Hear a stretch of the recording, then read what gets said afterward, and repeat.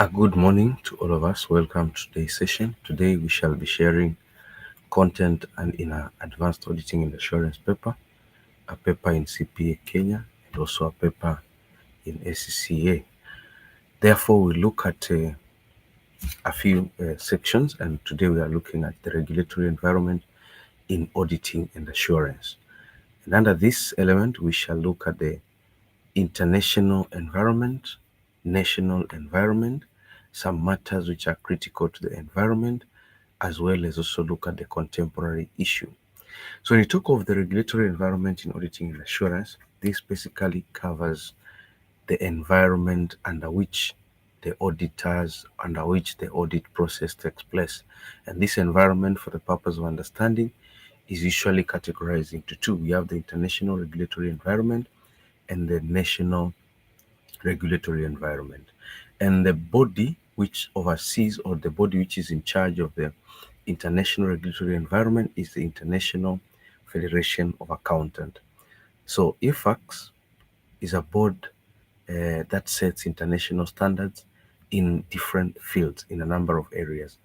It sets standards in auditing, it sets standards in quality control, it sets standards in education, public sector accounting, and ethics for professional accountants. So to do its role, this body has set several boards. One of the board being International Public Sector Accounting Standards Board, whose main role is to develop and maintain international public sector standards, as well as other high financial reporting guidelines for the public sector. So this is a board that is responsible in developing as well as maintaining the STAR IPSAS, which is the International Public Sector Accounting Standards, as well as also ensuring quality in financial reporting guidance in the same sector. It also raises awareness of the international public accounting sector standards, as well as the benefits of the not actual, but the benefits of the actuarial adoption, because we know clearly that in the international public sector accounting, mostly they use the cash basis. So it also expounds on the benefits of accrual adoption in line to the public sector accounting. We also have another body, which is International Auditing and Assurance Standards Board, which has responsibility of setting high quality international standards, specifically for auditing, quality control, review, other assurances, as well as related services in the line of auditing.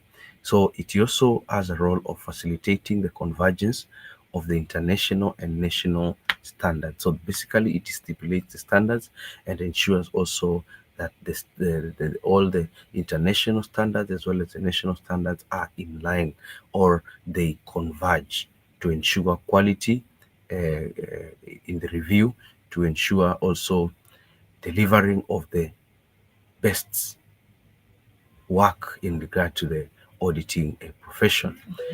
Then we also have International Ethics Standards Board for Accountants, which has the role of ensuring or developing the ethical standards as well as guidelines for the use by professional accountants. So this is a body that is responsible for developing the standards and the ethics that are used in the accountant's profession. It also issues, in the public interest specifically, high quality ethical standards and pronouncement for other professional accountants to use around the world. So they also revise the ethics to and also give pronouncement in line with the professional accountants role, or ethics that will be used by all professional accountants around the world. On the same Public Interest Oversight Board, this is a board that was set by the International Federation of Accountants, and its role is to provide oversight of the standard setting process, to ensure that the standards are responsive to public interest, to ensure that all the standards that are set are in line with the public interest.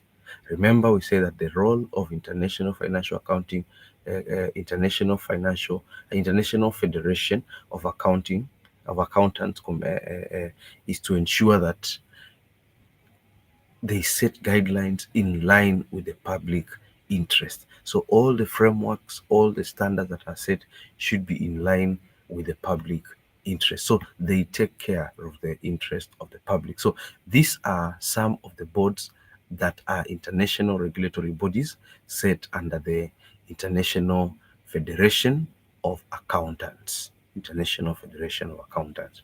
That is the international regulatory on the international environment.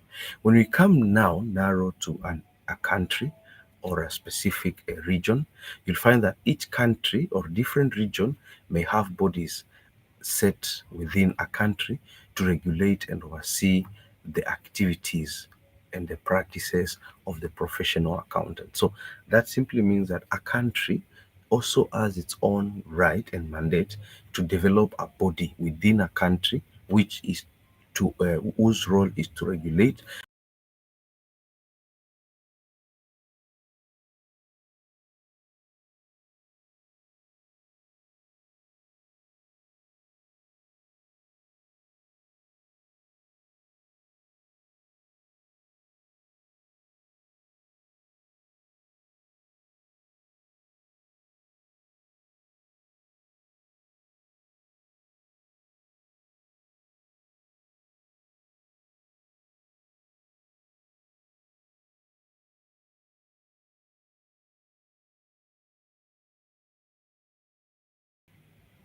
practice or the audit role.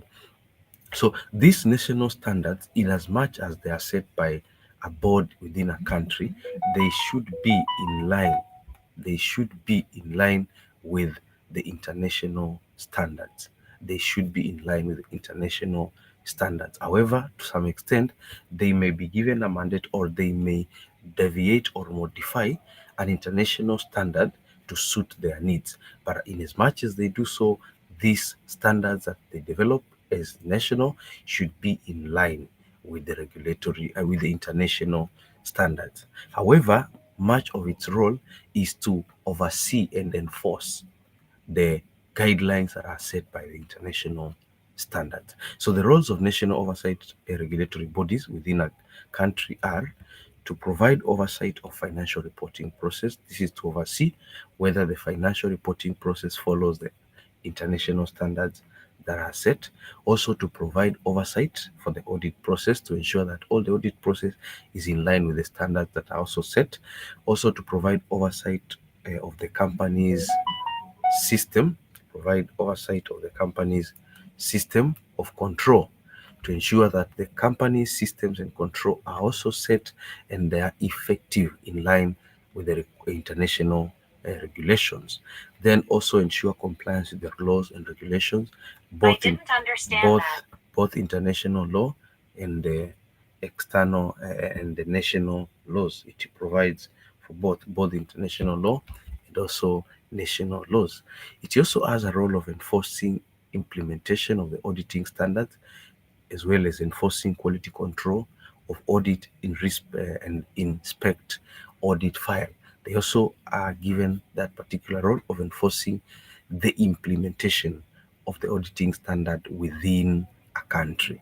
And lastly, they also have a mandate to set their own standard or implement as well as also modify international standards of auditing to suit their needs. In situation where there may be inadequate guidelines by the standard, the national body may come up with their own standard or modify any international standard to suit the needs of that particular country in practice. So those are the two main environments under which auditing practice operates in. Then there is a critical element which arises in the auditing environment, and one of the critical elements is money laundering. Money laundering has, in the long period or in many years, been in practice, and its practice is even increasing up to the 21st century.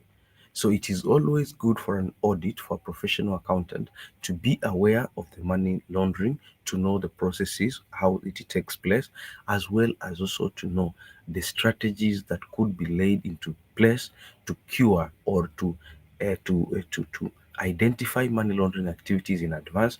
And also the auditor should know what is the way forward, what is the reporting after identification of a money laundering action, what stages, or rather what procedures should be taken in reporting of a money laundering practice. So, money laundering basically is the process by which the criminals attempt to conceal the true origin and ownership of the proceeds of criminal activities, allowing them to maintain the control over those proceeds, ultimately providing a legitimate cover to the sources of their illegal income. So the auditor, like I said, has to be particularly careful where issue of money launderings are concerned in a business. And mostly money laundering being a fraud element, this is mostly predominant in cash-based entities. This is because the scope for money laundering in a business is so wide, but mostly in a cash-based entity. That is where the issue might predominantly be based. So for this matter, an auditor has to understand what are the stages of money laundering, how does it occur, how does a perpetrator manage to go away with it. So money laundering typically occurs in three phases, and the first phase, which is a critical one, is usually the placement. And in this placement, this is where the illegitimate money is usually introduced or entered into legitimate financial system. This is where the money launder banks the large amounts of cash into financial system. And basically, when he puts this big amounts of money into the financial system, this commonly causes suspicion. Therefore, it is because of this where he goes to the next stage, which is the layering stage. And in the layering stage, this is where the money is passed through a large number of transactions. So now the money that was deposited in big bunch is now spread, is passed through a lot or large number of transactions. This is usually done to conceal the original source. This makes it difficult to trace the money to its original source. So this layering may be done by transferring the number of transactions both domestically and into overseas banks transferring. Additionally, what an auditor needs to know is that a money launderer may also conduct layering through buying and reselling of assets, especially property or securities. So he may do a lot of transaction, and this, like I said, are aimed at concealing or making it difficult to trace the money to its original source. Then after all these transactions are done, then the money launderer integrates the money, and integrating the money, this is now bringing in the money as if it is from legitimate source. So under this case, because he was engaged in a lot of transaction, he now brings the money, he returns the money, like receiving the money from transactions that he did. The money comes back as legitimate. So when the money reaches this integration stage, this it becomes impossible to distinguish whether the money launderer's wealth is illegal or not. And for that case, the money launderer can now start spending the money without any big concern. So below stated here is a diagrammatic representation of just a simple instant of money laundering. So when we start here, this is collection of the money from the dirty activities. Then the money is deposited in a bank, for example, in a financial institution. Then after it is placed, being a lump sum money, it raises suspicion. So the individual layers the money. So it transfers, it does a lot of transactions to conceal the identity and the origin of the money. So some of the money may be wired in offshore banks, others may be wired as if there is a loan to pay a loan to company Y. They will also forge false invoices for transactions which could not have been done. So that at the end of the day, it is ensuring that there are a lot of transactions to conceal the identity. Then when you look at here, there, excuse me, after many transactions now, he brings back the money. He brings back the money to try to integrate.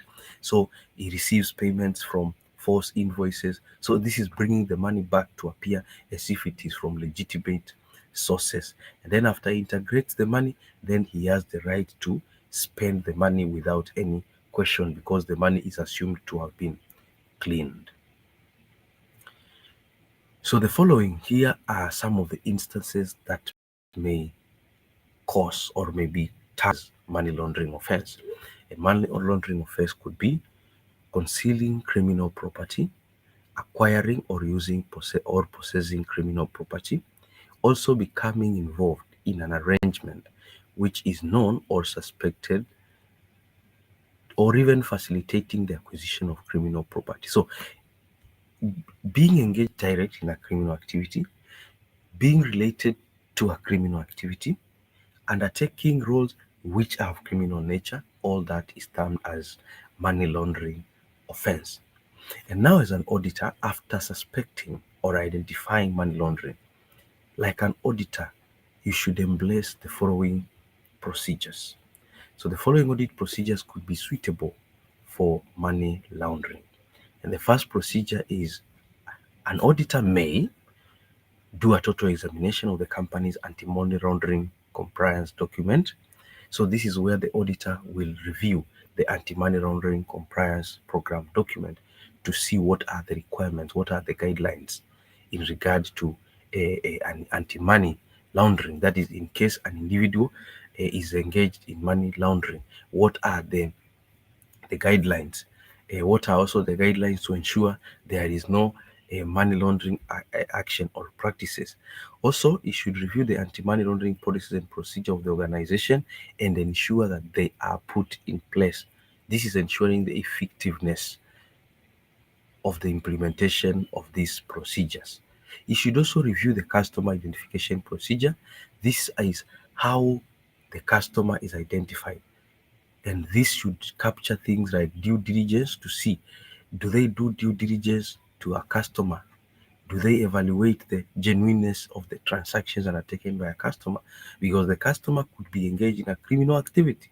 And if you relate to the customer engaged in a criminal activity, then you are also part of the money laundering or part of the criminal offense. The auditor may also do transactional evaluation and testing. This is where he may evaluate and test each transaction individually, especially the transaction that he suspects to be linked with the money laundering. Then we also have reviewing of transactions tax related filing. Every large transaction or every transaction which demands tax to be paid should be paid. It should not be delayed. So the auditor should review to ensure that the transactions which require tax to be paid, especially for those large amount of money which are suspected, should be paid. And also anti-money laundering training evaluation. The auditor should also evaluate the training of the anti-money laundering. Those are just some of the procedures. As well, automated monitoring methods and management of the information system.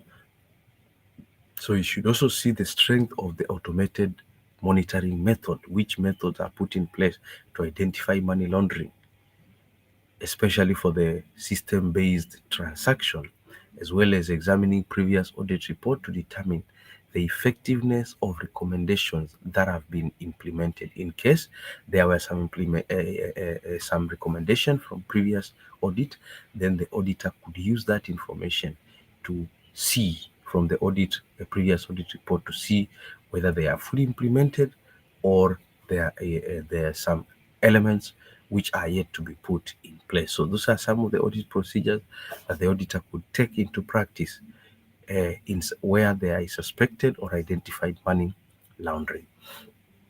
Having known that and you have gathered sufficient evidence, how should the auditor report money laundering? So money laundering being a criminal activity, many countries have set different criminal offices where this can be reported. In addition, some offices may have money laundering reporting officer who are responsible to report it to the national agency. For instance, in Kenya, we have DCI, Director for Criminal Investigation. So in case of any money laundering incident, this should be reported because it is criminal in nature.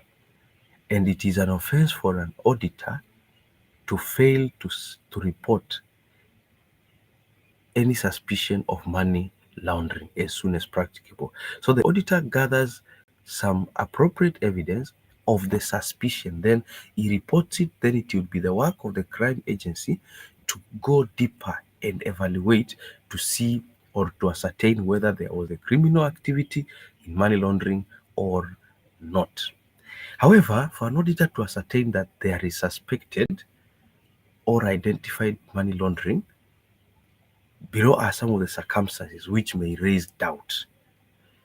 And this could be complex corporate structures where complexity does not seem to be warranted. So, in a scenario where there are complex corporate structures, there could be a suspicion or suspected money laundering or fraud. Remember, money laundering is an act of fraud in nature. Transactions not in the ordinary course of the business. In case there are some transactions which are not in the ordinary course of the business, this also could amount to a fraudulent activity and basically the money laundering. Also, many large cash transactions when not expected, this could also raise issue. Transactions where there is lack of information or explanation, or where explanations are unsatisfactory, this could also raise that issue. Transactions with little commercial logic taking place in the normal course of the business. Transactions which don't commonly seem to be of commercial nature, but funds are transferred. They could also raise issue. Poor documentation for the transaction, as well as many similar deposits and withdrawals in various bank accounts for no obvious reason. So those are the circumstances that may cause the suspicion. However, sometimes it becomes hard for the auditor to undertake his work, especially where the money laundering reporting officer could provide some information to the perpetrators in regard to the suspected criminal offense. And that is what we refer to as tipping off. So tipping off is informing a person who is a subject of suspicion or any third party that a report of money laundering reporting officer has been made, or that the authorities are acting or are proposing to act in connection with an investigation. This is where information about money laundering is given to the individual under suspicion. You tip them off, that is tipping off. So tipping off is a criminal offense also. It is not right for an individual who possesses the knowledge also to tip off suspected individuals about the criminal offense, because this gives them a chance for them to maneuver and even try to conceal some identity or some information. So that is information regarding to money laundering. An auditor should have that information in regard to money laundering to ease and to identify, as well as also to know how to report incidences of money laundering. So what are the manager's roles in managing money laundering? So like a manager, businesses in accounting sector needs to establish anti-money systems and controls, and this could be in the following ways. They should have a customer due diligence. So before a customer is brought into the system, they should do critical due diligence. This is to determine the owners of the company, the activities of the company, the sources of the finances, amongst others. This is to ensure the genuineness of the entity that you are dealing with. Appointment of a money laundering reporting officer. The organization may appoint amongst them a money laundering reporting officer who should be in charge of reporting incidences of money laundering to the agency that is set within a country. Management should also ensure they train their staff to identify the types and patterns of transactions that might indicate money laundering. In addition, they should establish a system for reporting of the suspicion to the money laundering reporting officer, as well as maintain records detailing how the regulations have been complied with. So the managers have the role of ensuring that the systems are in place and the controls to ensure or to manage money laundering practices.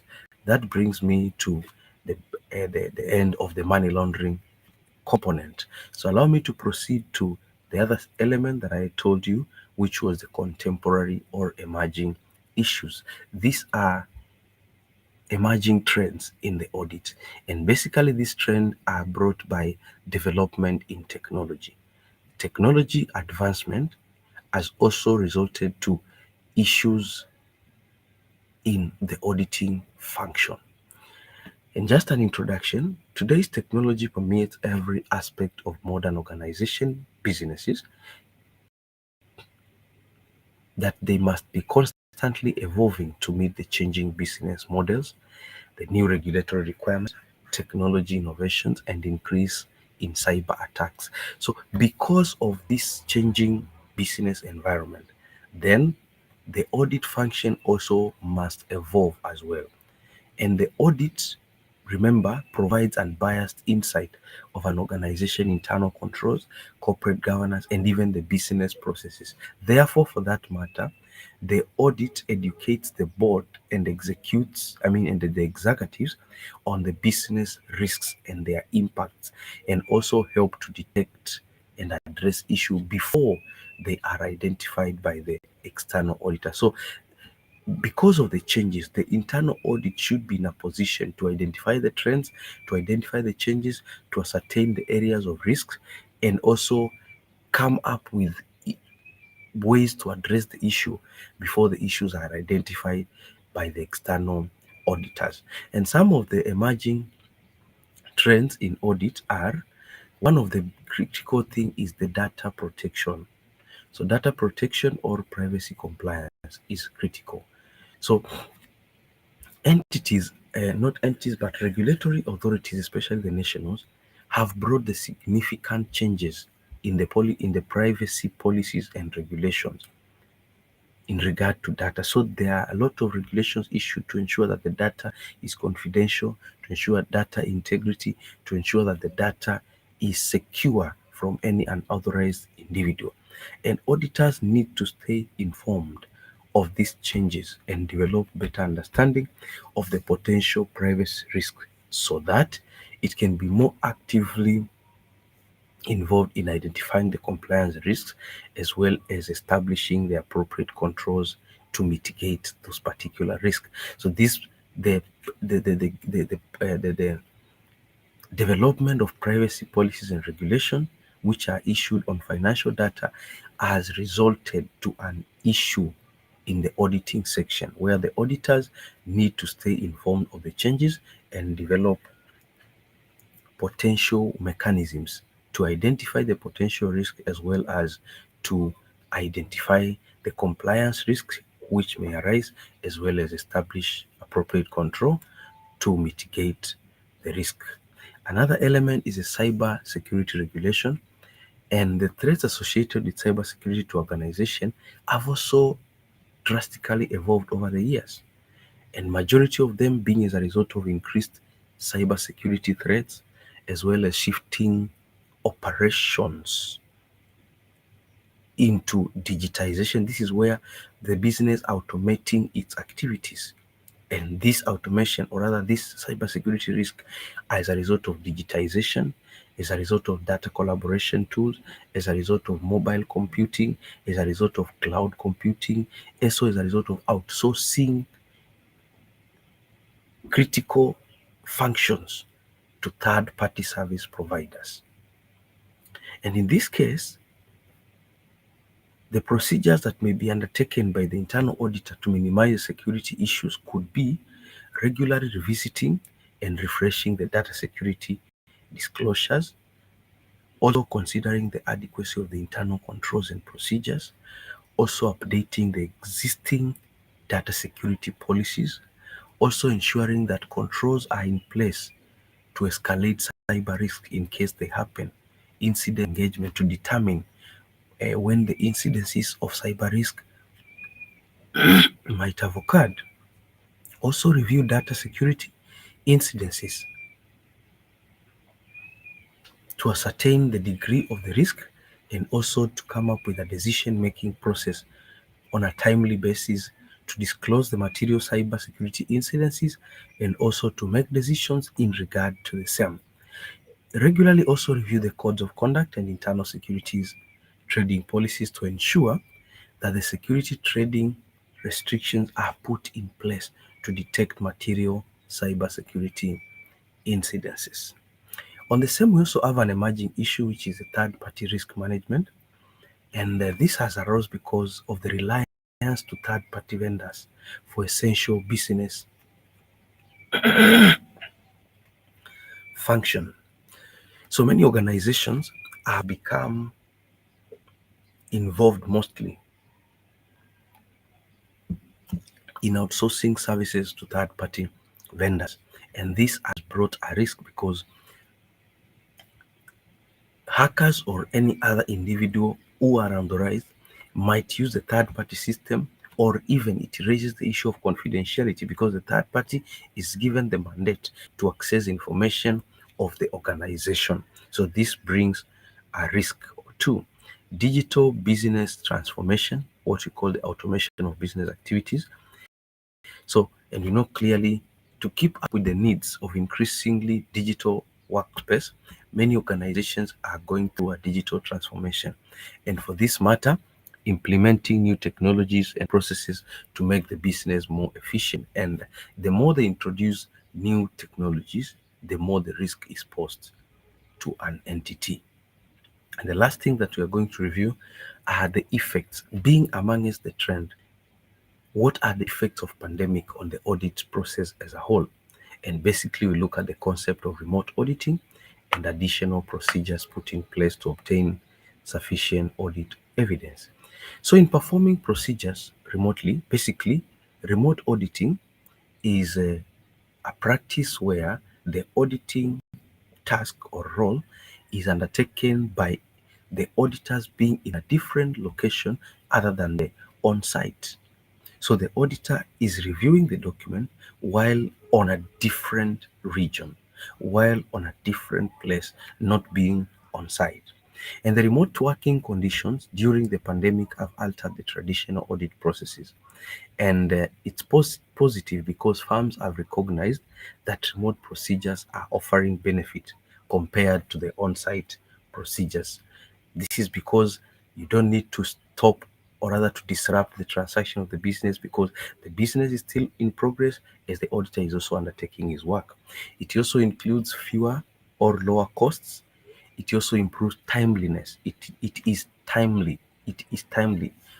And also on the same, it has allowed audit firm to perform more tasks with smaller audit staff because you don't need to engage a lot of staff, and also several staff may undertake the same role because it is done using the digital system. However, in as much as it is positive and it has benefit, there are some audit procedures that are mostly suitable for on-site. They are mostly for in-person procedures like internal control testing. Auditors must determine, you know, in in the practice or in the review, auditors must determine whether controls are adequately designed as well as put in place and they're operating effectively. And in obtaining this, understanding the company's control system is difficult through digital platforms like Zoom call. Again, the auditors may need to re-evaluate how companies' remote workers process the transactions and consider additional testing to help ensure effectiveness. So by doing this, the remote audit may not be suitable because controls that have been effective in prior periods may not surface in when a company's employees are working remotely or on a part of them. So by this case, internal control testing may become a little bit harder using the remote auditing. Another element is fraud related inquiries. And you know clearly that in the practice, auditing standard on fraud states that general inquiry of management and those charged with governance with respect to fraud is most effective when done in person. Why? Because the auditor will not only understand from the verbal or the information given verbally or written, but also will be in a position to read and evaluate body dynamics. He will understand the body language, the behavior of the individuals will also be understood. So remote auditing does not permit the auditor to evaluate the body languages of the perpetrators. The other element which is critical, which cannot suit mostly a remote audit, is the inventory observation. You know clearly that auditing standards require auditors to obtain sufficient, appropriate audit evidence that inventory exists and is in good condition. And normally, auditors go where inventory is located physically and observe, and may also they observe the process of counting, the physical counting. They also perform independent test counts and check them against the inventory records.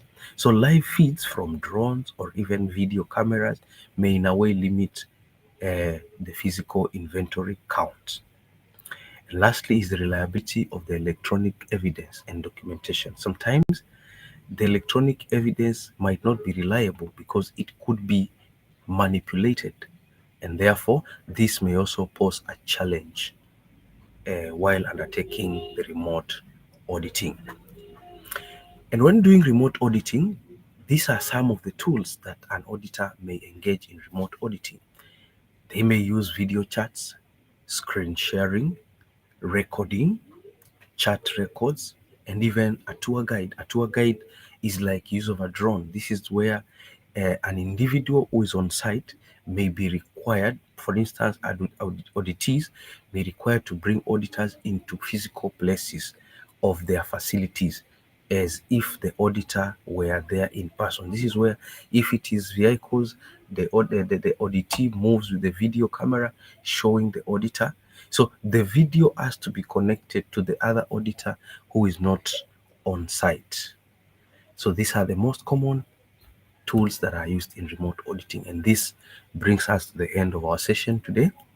This brings us to the end of our session today. Thank you so much for watching. Let us meet in the next session where I shall be introducing the revision. Thank you so much.